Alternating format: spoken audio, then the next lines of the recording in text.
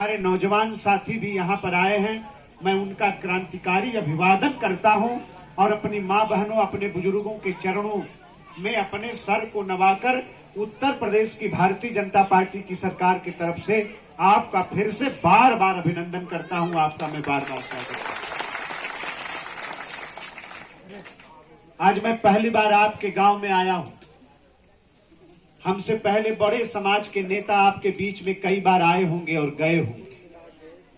कई नेताओं के रैलियों में, सभा और सम्मेलनों में आप लोग गए होंगे।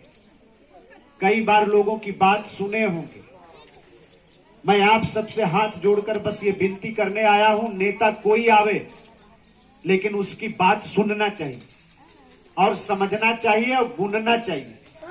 नेताजी सही कहत हुआ कि गलत कहत हुआ, इहो दिमाग में अपने बैठौले रहे के चाहिए, है ना।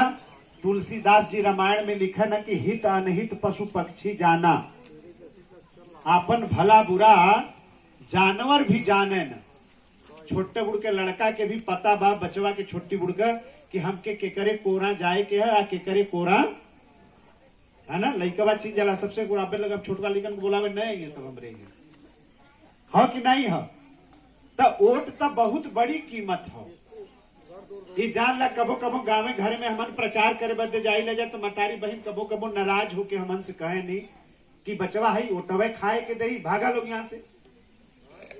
लेकिन सही बात का है, सही बात यह है कि ओटवे से कून मिले के है, ओटवे से सम्मान मिली। देखा, राजभरे के घर में पैदा हम है ना, लेकिन आज वोट का राजनीति में, लोकतंत्र में सही रास्ता पकड़ के चलनी, मोदी जी का हाथ पकड़ ली। आज उत्तर प्रदेश का कैबिनेट मंत्री है। देखा, आगे पीछे पुलिस, दरोगा, अधिकारी सब घूमता, नाचता कि नहीं नाचता। तो वोटे से कौन होए के राजनीति में हम सही रास्ते पर चलब तो हमार भला होई, आज सही रास्ते पर न चलब तो हमार विनाश हो जाये, केहू रोक ना सकत। देश के आजाद भइले कितना दिन भर? 75 साल भर। अभी दूसरे गांव में चल जा, दूसरे समाज में चल जा, तो देखा वहां का सूरत कैसन बा। लेकिन अपने बिरादरी में चला आ कहीं कहीं देखा तो कितना खराब स्थिति में अपन समाज रहता। दुनिया कहां से कहां चल गई। आपन समाज अब ही रोटी कपड़ा मकान बदे परेशान बा, वही बदे झगड़ा लड़ाई, वही बदे संघर्ष होता कि नहीं होता। सोचा 75 साल में रोटिया कपड़ा मकान के लड़ाई में हमन फसल है, और विकास कैसे हुई? तो इस बात को समझना पड़ेगा। आज आपके इलाके में चुनाव हो रहा है, काहे बदे चुनाव हो रहा है, ये बाती के जाने के चाहिए। हमारे यहां तो नहीं होता, बनारस राजेशों के हन गाजीपुर नहीं होता, मऊओं में नहीं होता, बलियों में नहीं होता, देवरियों में नहीं होता, विधायकों जी के यहाँ पूरे प्रदेश में, पूरे देश में कत्तों चुनाव नहीं होता। आजमगढ़ में काहे होता, ये बाती के जाने के चाहिए।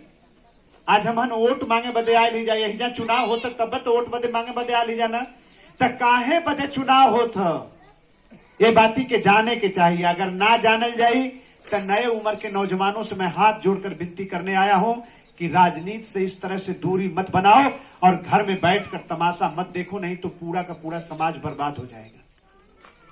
राजनीति में समझदारी पैदा करो, लगन पैदा करो, और इसलिए हम आपके बीच में आए हैं।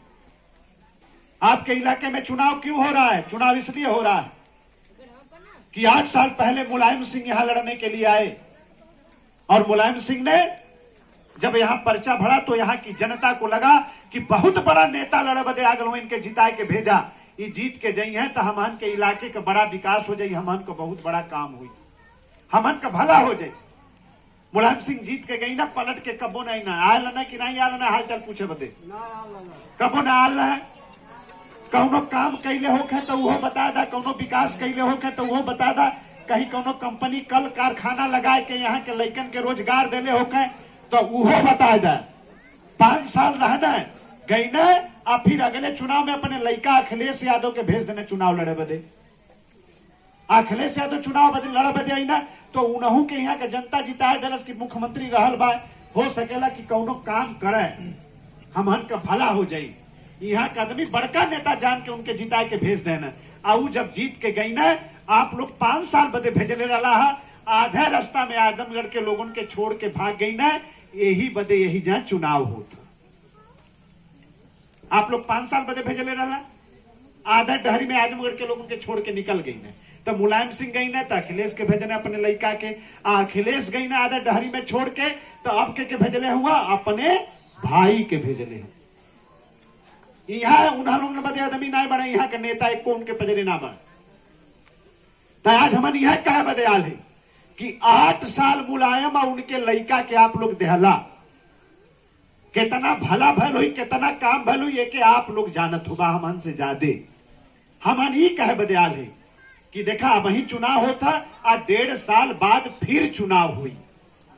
जब मोदी जी का चुनाव जब होए लगी तो पूरे देशवा में फिर एक बार चुनाव हुई।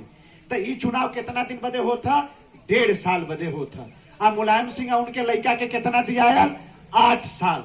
तो हमन ही कहे बदे आल है जा कि 8 साल तो इटावा वालन के आप लोग दे देला, अब 1.5 साल एक बार दिनेशवा के जिता के आप लोग देखा कि आप लोगों के इलाके में कुछ काम होला कि 8 साल उनके दिया तो 1.5 साल बेचारे के देवे में कोनो दिक्कत बा? देवे के चाहिए कि नहीं देवे के चाहिए, है ना? और दिनेश के चुनाव चिन्ह लेके आल बने नहीं रहू।